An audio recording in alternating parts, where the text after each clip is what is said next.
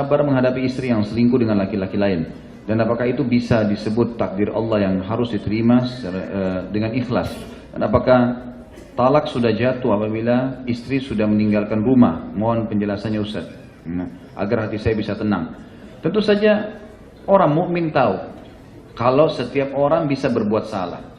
Kalau istri antum ini selingkuh, kemudian memang diahnya sudah taubat nasuha, memang dia taubat nasuha, memang saya salah, saya taubat nasuha, ini antum punya khiyar. Orang punya khiyar. Yang terbaik terima dan sabar, gitu kan? Karena kata Nabi SAW dalam sebuah hadis kepada seorang sahabat laki-laki mengatakan, ya Rasulullah, inna imra'ati la taruddu yadul lamis. Wahai Rasulullah, istriku tidak nolak tangannya setiap penjamah. Ini maksudnya supel sekali, atau kata sebagian ulama hadis bahkan perempuan ini suka selingkuh.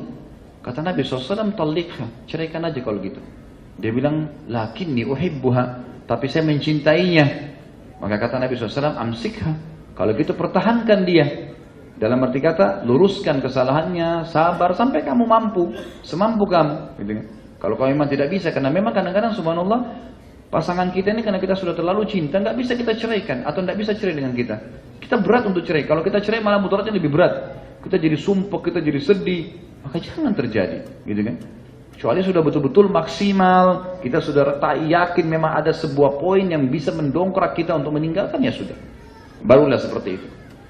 Allah mengatakan, walaman sabara wa ghafara, inna dzalika min azmil umur.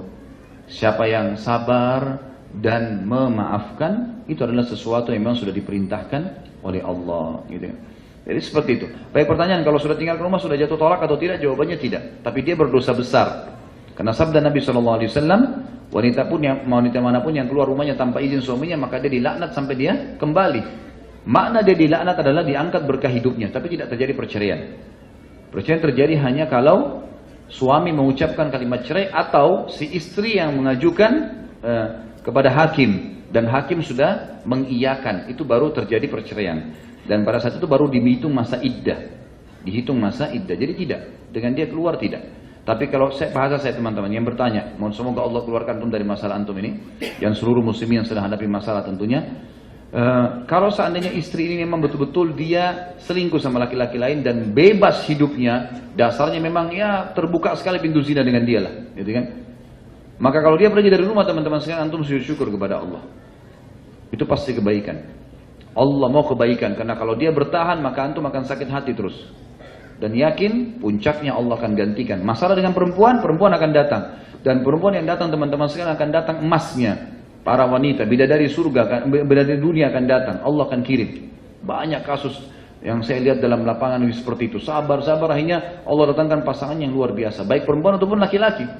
Padahal mereka sabar, akhirnya ditinggal oleh pasangannya, kemudian Allah gantikan yang jauh lebih baik daripada itu. Allah.